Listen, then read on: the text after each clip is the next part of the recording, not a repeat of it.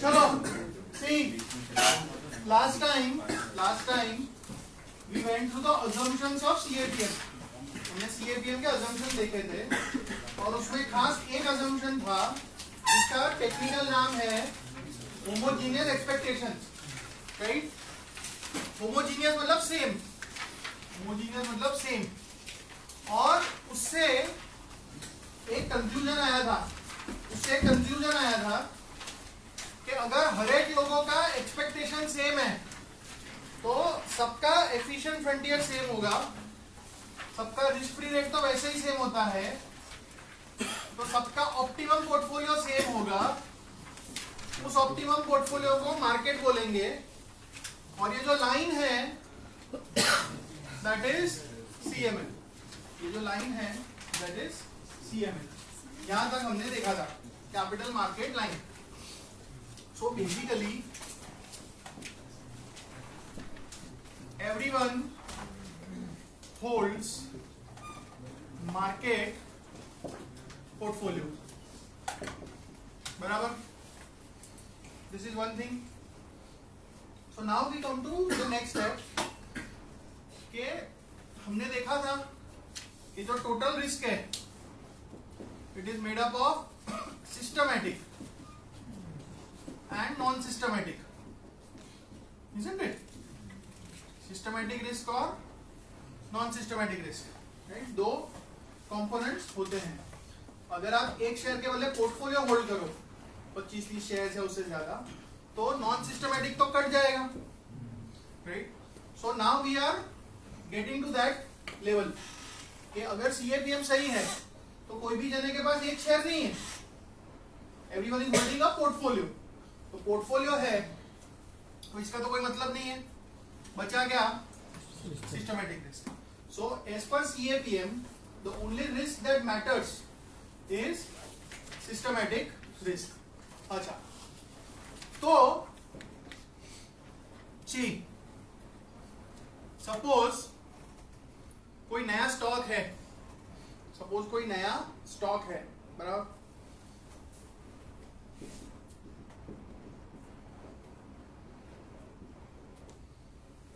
There is some new stock and I am considering whether to purchase that stock or not. वो मैं खरीदूं कि ना खरीदूं? Keep in mind that I already have the market portfolio. मेरे पास already market portfolio है। Market portfolio अभी ऐसा मान लो सिंप्लिसिटी के लिए कि निफ्टी के जो 50 शेयर है और वही प्रपोर्शन में मेरे पास है, बराबर? तो एक नया शेयर है, उसको खरीदूं कि ना खरीदूं, तो उसका डिसीजन मैं कैसे लूंगा? रिस्क देखूंगा और रिटर्न देखूंगा। I will see the risk and return. तो रिटर्न में क्या देखूंगा? उसका रिटर्न माइनस रिस्क फ्री, क्योंकि रिस्क फ्री तो ऐसे ही मुफ्त में मिलता है ना। सपोज इंडिया में 6% तो ऐसे ही मिलता है, अब ये स्टॉक बोल रहा है कि मैं 12% दूंगा, तो मुझे तो एक्स्ट्रा कितना मिल रहा है, 12 minus 6, the risk that I am taking that is giving me an extra return of 12 minus 6%। तो रिटर्न में ये देखूंगा। रिस्क में क्या देखूंगा, देखो अब तक हमने जो भी डिस्कशन किया, रिस्क क्या था, स्टैंडर्ड डेविएशन के फ्लक्चुएशन कितना है, that is how we measured risk. Now we are going to have a fundamentally different way of measuring risk. अभी मैं क्या देखूंगा कि मेरे पास ऑलरेडी मार्केट पोर्टफोलियो है, मेरे पास ऑलरेडी मार्केट पोर्टफोलियो तो है, तो मैं ये देखूंगा कि ये जो नया स्टॉक है वो मार्केट से कितना जुड़ा हुआ है। समझ लो, हमने पहले कोरिलेशन और कोवेरिएंस देखा था कि अगर दो चीज साथ साथ चलती है तो कोवेरिएंस या कोरिलेशन पॉजिटिव है, और साथ साथ चलती है तो खास कोई रिस्क रिडक्शन नहीं होगा, बट अगर उल्टी चलती है तो नेगेटिव है।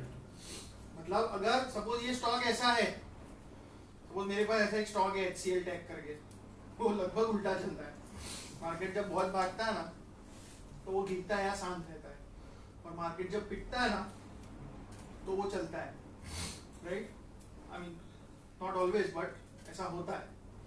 तो अगर मेरा ऐसा स्टॉक है कि जो मार्केट के मुकाबले उल्टा चल रहा है तो रिस्क कम होगा, और अगर ऐसा स्टॉक है कि मार्केट के साथ ही चल रहा है तो रिस्क ज्यादा होगा। सो बेसिकली रिस्क में मैं क्या देखूंगा, covariance of the stock with the market. Basically I will measure risk as कि मार्केट के साथ कितना जुड़ा हुआ है, covariance of the stock with the market. Is this clear? बराबर। और ये जो रिलेशनशिप है, ये जो रिलेशनशिप है वो हर एक स्टॉक के लिए होगी, वो मार्केट के हर एक स्टॉक के लिए होगी।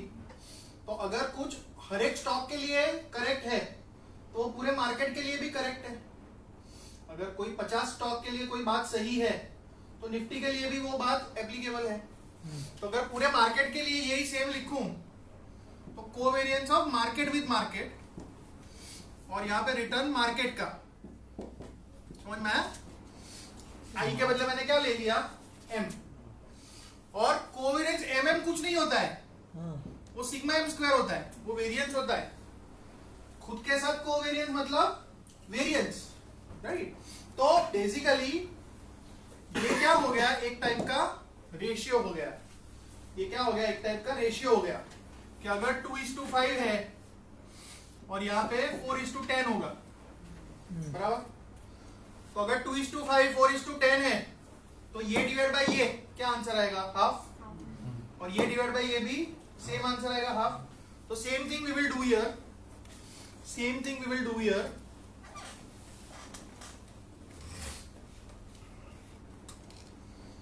के ये अपॉन ये covariance I M upon sigma M square is equal to E R I minus R F upon E R M minus R F, ठीक है ना। और ये जो है कि स्टॉक का कोवेरिएंस मार्केट के साथ, स्टॉक का कोवेरिएंस मार्केट के साथ numerator divided by variance of the market, इसका नाम है, इसका नाम क्या है, बीटा।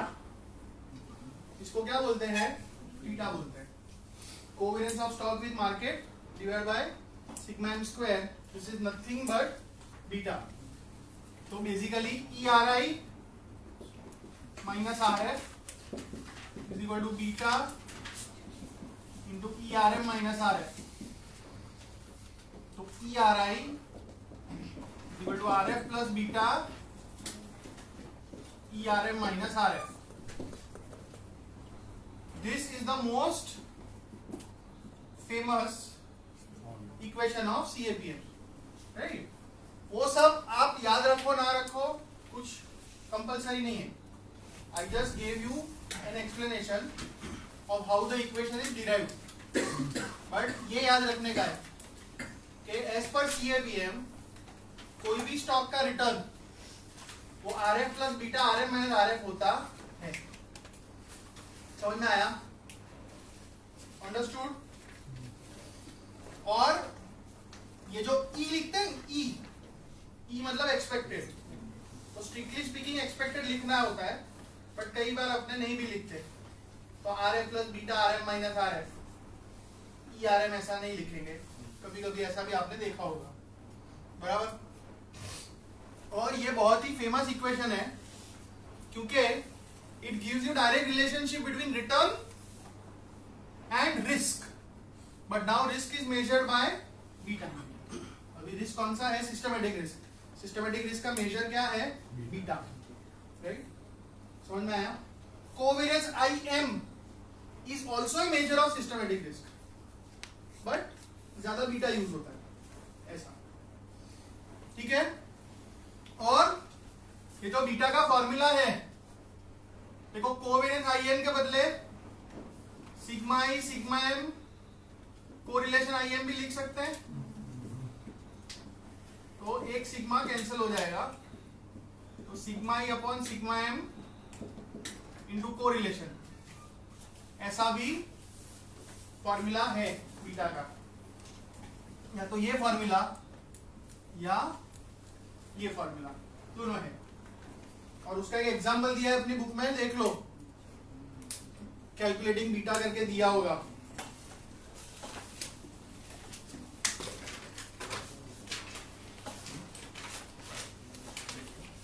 डिस्ट्रीब्यूशन का मतलब बीटा, मतलब आप जो बोल रहे हो ना कि रिस्क, ठीक हो क्या होगा? जो आप बोल रहे थे ना कि beta would be risk factor, beta is the measure of risk. हाँ, मेजर ऑफ रिस्क। हाँ, तो वो जो बीटा डिस्ट्रीब्यूशन होता है वो अलग होता है, वो अलग।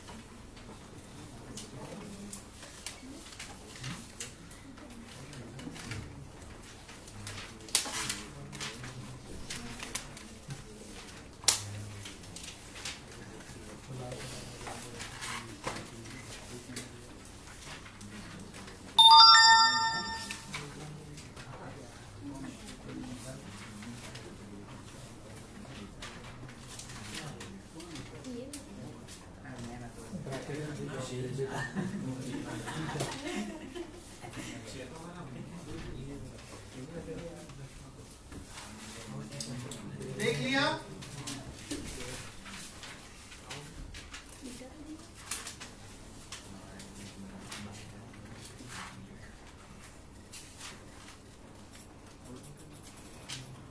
कैलकुलेटिंग एन एसेट्स बीटा करके एक एग्जांपल दिया है। इसमें 0.2 कैसे आया? क्या 0.2? कैसे आया? वेरिएंस ऑफ मार्केट क्या रियल? हाँ मतलब पानी। अच्छा, ऊपर क्वेश्चन में दिया होगा।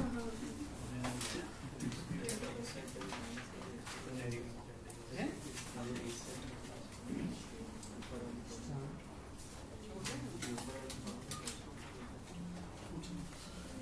वो तो स्टेप है। हाँ, इसी से भी माइनस RF कर ले, कोई भी रिटर्न में से, उसको प्रीमियम बोलते हैं या एक्सेस रिटर्न, यार रिस्क प्रीमियम बोलते हैं।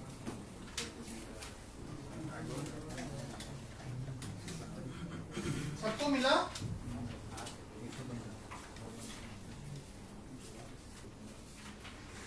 और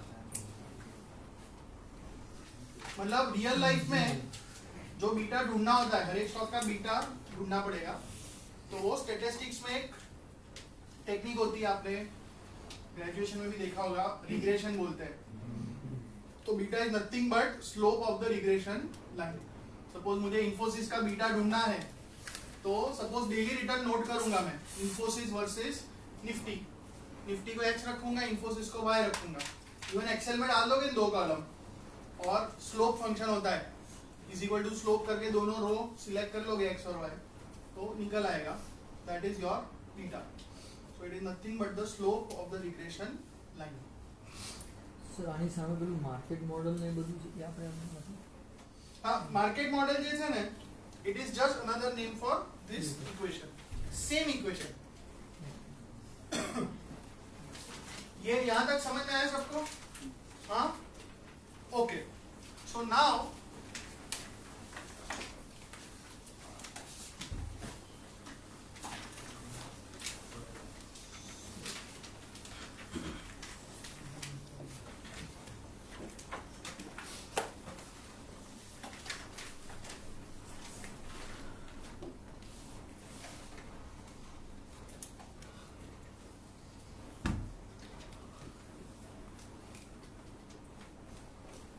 Now see, we return to this equation.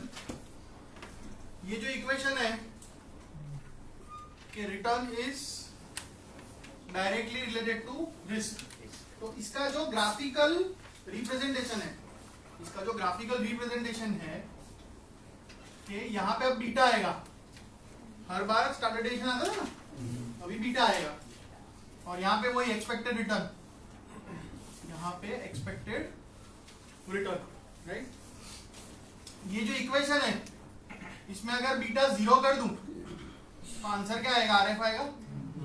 तो यहाँ पे आरएफ, और अगर बीटा को 1 कर दूं, यहाँ पे 1 लिख दूं तो आरएफ प्लस आरएफ में आरएफ हो जाएगा, आरएफ कट जाएगा. तो रिटर्न कितना होगा? Market return, is it? Yes और नो? राइट. तो ये 2 पॉइंट हमको मिल गए, ये और ये. तो 2 पॉइंट को अगर मैं ज्वाइन कर दूं तो इस लाइन को क्या बोलते हैं? SML, security market line. तो सीएपीएम का graphical version is SML, security market line, बराबर. और ये क्या होगा? स्लोप हुआ. ये क्या हुआ? आरएम में आरएफ क्या हुआ? स्लोप हुआ. समझ रहे हो? तो दिस इज कॉल्ड एसएमएल. ठीक है. ये जो आपने RF माइनस RF वाला किया बीटा के साथ, वो हाँ. वापस समझाएं. ये बीटा अगर 1 है, ये 1 है, तो RF plus RF minus RF, तो आरएफ कट हो जाएगा ना, तो क्या बचेगा? आरएफ ई आरएफ. ठीक है. और इसका यूज कैसे होता है? कि let us do a comprehensive example. Book में भी दिया है बट अपने अलग से करते हैं. कि सपोज कोई स्टॉक है, right. There is some company XYZ, अभी प्राइस चल रहा है 50 रुपए. 1 साल के बाद हमें लगता है कि 60 रुपीज हो जाएगा, राइट. और डिविडेंड भी देने वाला है 1 रुपया. डिविडेंड कितना देने वाला है? 1 रुपया. एनालिसिस ऐसा करते हैं, टाइम पास, टारगेट देते हैं ना, है ना, कि हर एक ब्रोकर करता है, हर एक ब्रोकरेज, राइट. कि हमको ऐसा लगता है कि ये होगा, तो ये ऐसा लगता है. तो अगर ऐसा लगता है तो एनालिस्ट वाला एक्सपेक्टेड रिटर्न क्या हुआ? एनालिस्ट वाला एक्सपेक्टेड रिटर्न 11 तो 60 माइनस 50 10 प्लस 1 11 बाई 50 मतलब 22% हुआ, राइट. तो for this stock as per our analysis we expect a return of 22%. So now the question is this 22% is that good enough कि ये चीज खरीदनी चाहिए कि नहीं खरीदनी चाहिए? तो ये 22% को कंपेयर करना पड़ता है कोई बेंचमार्क के साथ, राइट. तो बेंचमार्क क्या है? वो बेंचमार्क है सीएपीएम. तो दूसरा अभी हम क्या करेंगे कि भाई ये जो XYZ कंपनी है उसका बीटा सपोज 1.6 है, उसका बीटा 1.6 है. सपोज रिस्क फ्री रेट 6% है और मार्केट में रिटर्न मतलब पूरे निफ्टी का रिटर्न इस साल सपोज 20% आने वाला है, सपोज 20% आने वाला है. तो बेस्ड ऑन दिस CAPM वाला रिटर्न क्या होगा? RF plus beta RM minus RF, how much? कितना? 14 इंटू 1.6 प्लस 6 28.4. ओके, समझ में आया?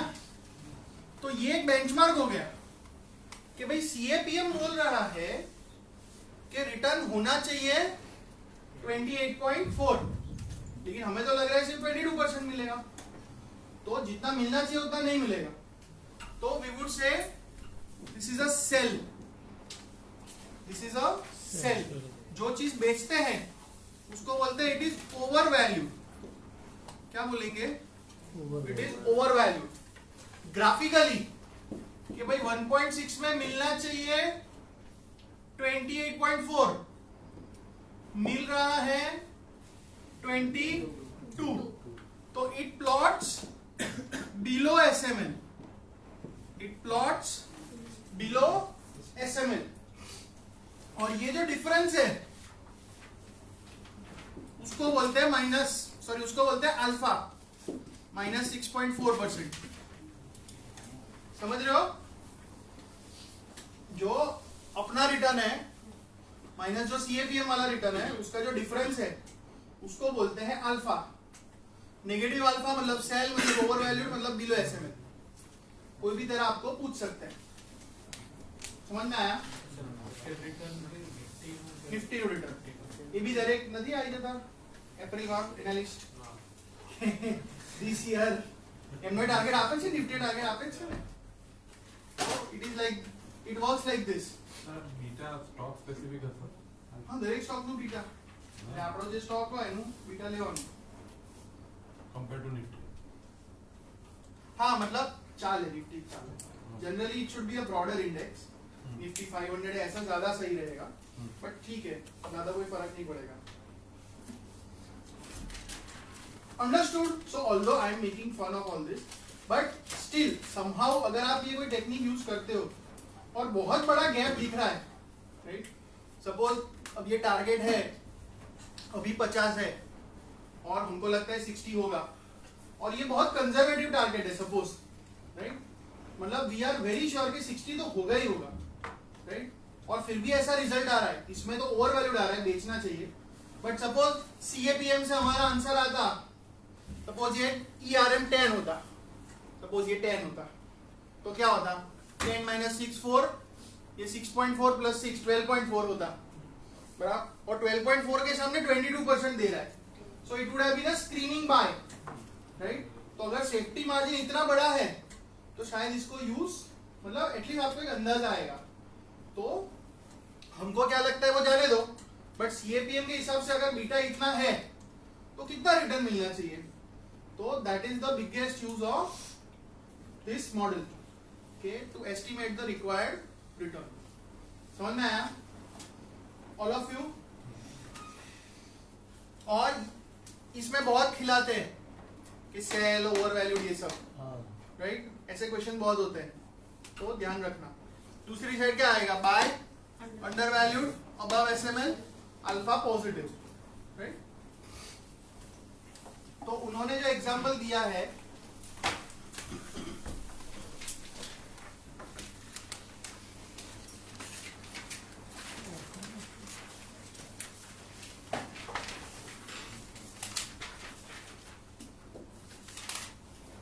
SML શું હતું?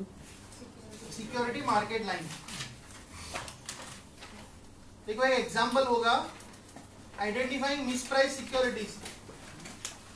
आइडेंटिफाइंग मिसप्राइस सिक्योरिटी, 3 स्टॉक दिए होंगे ABC,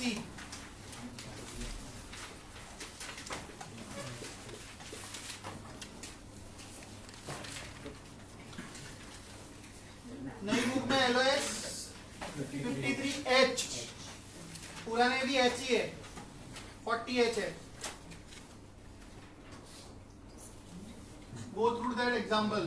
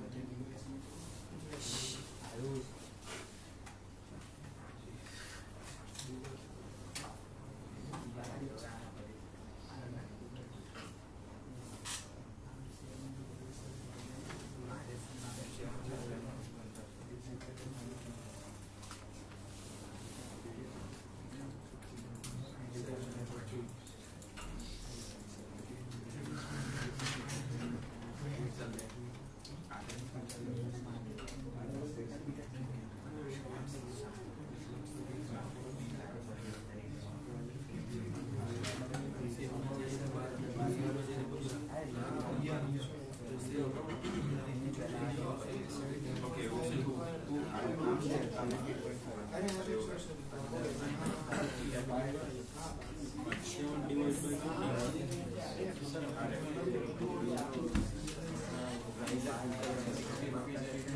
अभी कम होगा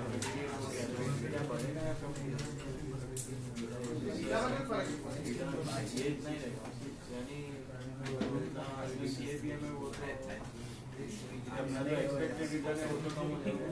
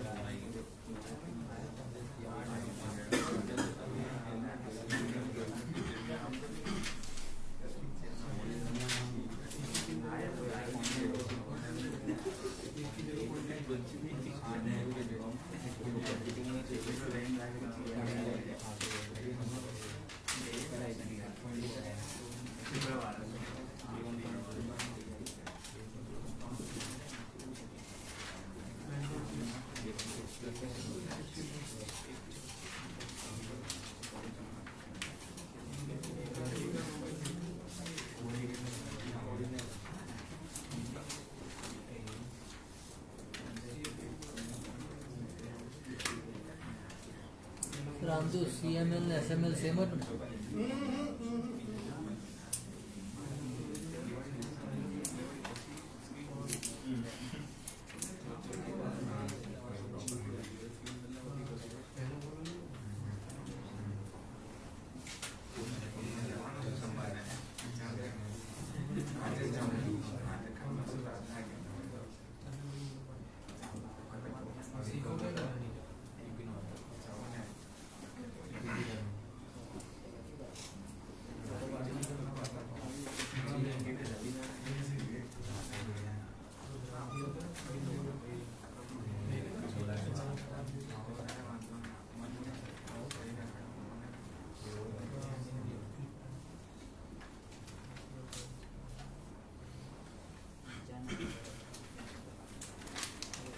See, in the book they have discussed at length between the about the differences between CML and SML और उसके क्वेश्चन भी आते हैं, पर उन्होंने ना बहुत बेटिंग की है, फिगर सब दिया है, तो उतना सब करने की जरूरत नहीं है।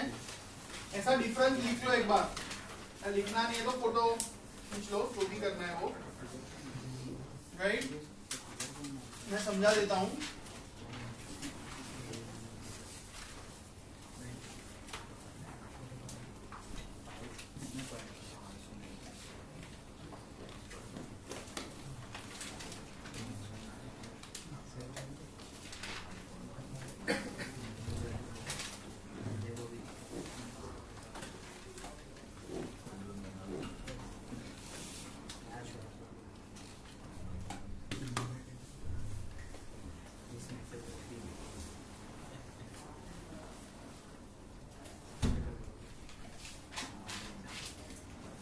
सबसे पहले तो फिगर CML या CL कहां से आता था कि एफिशिएंट फ्रंटियर होगा, रिस्क फ्री होगा, टेंजेंट होगा, तो वो जो पूरा लाइन है उसको CL या CML बोलते थे। जबकि SML तो क्या होता है, बीटा वाला होता है, जो अपना इक्वेशन है RF plus beta RM RF उसका है, राइट। तो एक्स एक्सिस जो है CML में टोटल रिस्क है, स्टैंडर्ड डेविएशन, जबकि SML में सिर्फ सिस्टमैटिक रिस्क है, बीटा, ठीक है। अच्छा, फिर स्लोप, CML का जो स्लोप है वो ERM माइनस RF अपन सिग्मा है, which is also called Sharpe ratio, जबकि SML का स्लोप क्या है, ERM माइनस RF, और उसका एक नाम दिया है, पढ़ लेना, I think market price of risk या ऐसा कुछ नाम दिया है, या market premium, right, it is called market premium. अच्छा, दूसरी चीज जो CML है ना, वो हम हर एक स्टॉक या पोर्टफोलियो के लिए अप्लाई नहीं कर सकते। We can apply CML only for efficient portfolios या combination of efficient portfolios plus risk free asset, right. जबकि SML में ऐसा कुछ नहीं है, एफिशिएंट या कोई दूसरा पोर्टफोलियो या इवन सिंगल स्टॉक सबके लिए हम यूज कर सकते हैं। सो SML is the general case, whereas CML is a special case. CML is a special case of SML. SML में कुछ कंडीशंस हम ले लें तो वो CML बन जाता है। तो इतनी चीजें याद रखना बहुत है, ठीक है।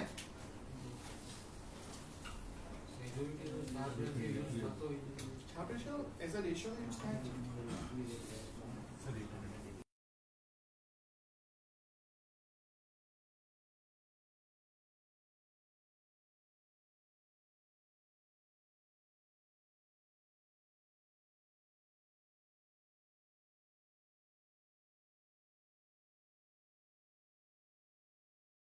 વધારે હોવા જોઈએ, બોલ ઓછા હોવા જોઈએ, એટલે ઉપર રિટર્ન છે નીચે એ વધારે હોવો જોઈએ, નીચે રિસ્ક છે એ ઓછું હોવું જોઈએ। જેટલો શાર્પ રેશિયો વધારે એટલો સ્ટ્રાઇક રેટ વધારે બેટ્સમેન ને, ઓછા બોલમાં વધારે વધારે ઓછા રિસ્કમાં વધારે, ठीक है। और लास्ट में रेशियोज दिए हैं, तो शार्प रेशियो तो हमको पता ही है, હવે નહીં બોલ कोई भी पोर्टफोलियो का return minus RF upon sigma P, मतलब स्टैंडर्ड डेविएशन। फिर एक होता है ट्रेनर, ट्रेनर भी शार्प जैसा ही है बट नीचे बीटा है, पोर्टफोलियो का बीटा लेने का, राइट। और तीसरा हमने अभी अल्फा नहीं निकाला, उसको अभी जेनसन्स अल्फा बोलते हैं।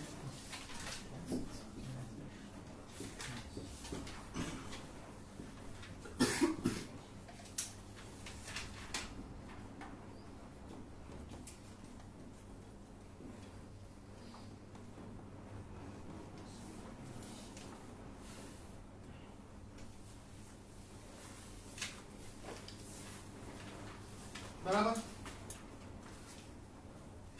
ये किसके लिए यूज होता है, अगर हमको पोर्टफोलियोज या म्यूचुअल फंड या ऐसा कुछ कंपेयर करना है, ये ज्यादा अच्छा कौन है, सपोज 3 पोर्टफोलियोज है and we want to find out, we want to rank them कि कौन सा ज्यादा अच्छा है, तो we can go for this Sharpe ratio, Treynor ratio, Jensen's alpha.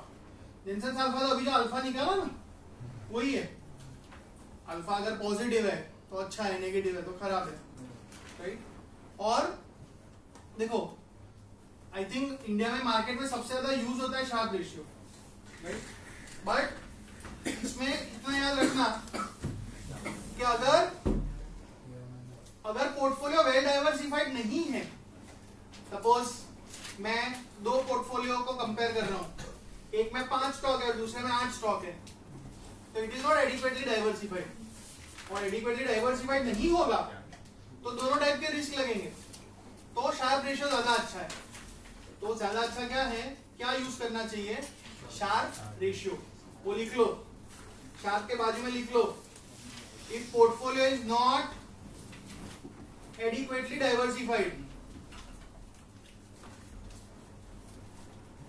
if portfolio is not adequately diversified, then it makes sense to use Sharpe ratio. उसके सामने अगर अपने पोर्टफोलियो डाइवर्सिफाइड है, सपोज दो पोर्टफोलियो ए और बी, एक में 35 शेयर है, एक में 45 शेयर है, तो हो गया diversification, then you should use Treynor's ratio, right? तो ट्रेनर में लिख लो इफ portfolios are diversified.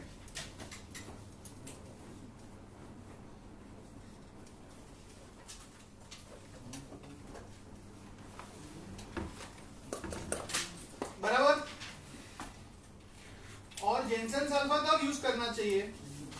तो portfolios are adequately diversified and have similar beta. समझ में आया? कि सपोज दो लार्ज कैप म्यूचुअल फंड है, तो लार्ज कैप म्यूचुअल फंड देखोगे ना, तो उन सबके बीटा 1 के करीब ही होंगे। एक का बीटा 1.05 है और एक का 1.06 है सपोज, और फिर भी आपको देखना है कि कौन सा ज्यादा अच्छा, तो यू शुड यूज जेनसेन्स अल्फा, कि किसका अल्फा ज्यादा है, ऐसा, एंड हैव सिमिलर बीटा।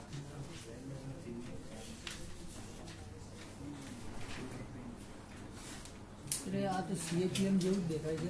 हाँ, जेनसेन्स अल्फा दे दीजिए। ખાલી નામ નામ પર તો ભૂલ્યા છે, આખું ફાઇનાન્સ એટલે બે ત્રણ મોડલ જ છે, ટાઈમ વેલ્યू ऑफ मनी ને રિગ્રેશન, એને अलग अलग રીતે કર્યા કરે તો બધા मॉडल बनता है। इसमें रेशियोज में फिगर सब दिए हैं, उसकी कोई जरूरत नहीं है, डोंट बॉदर योरसेल्फ।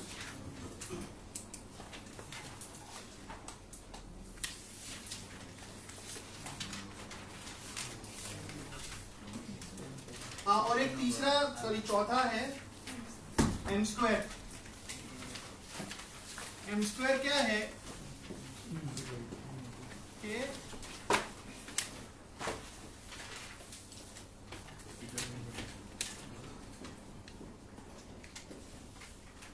इस तरह से लिख लो, SP minus SM upon sorry into standardization of market.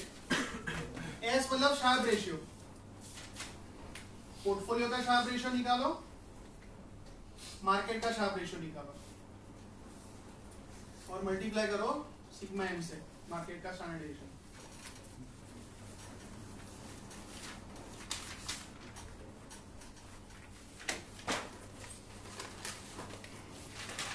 Last वाली क्विज कर दो।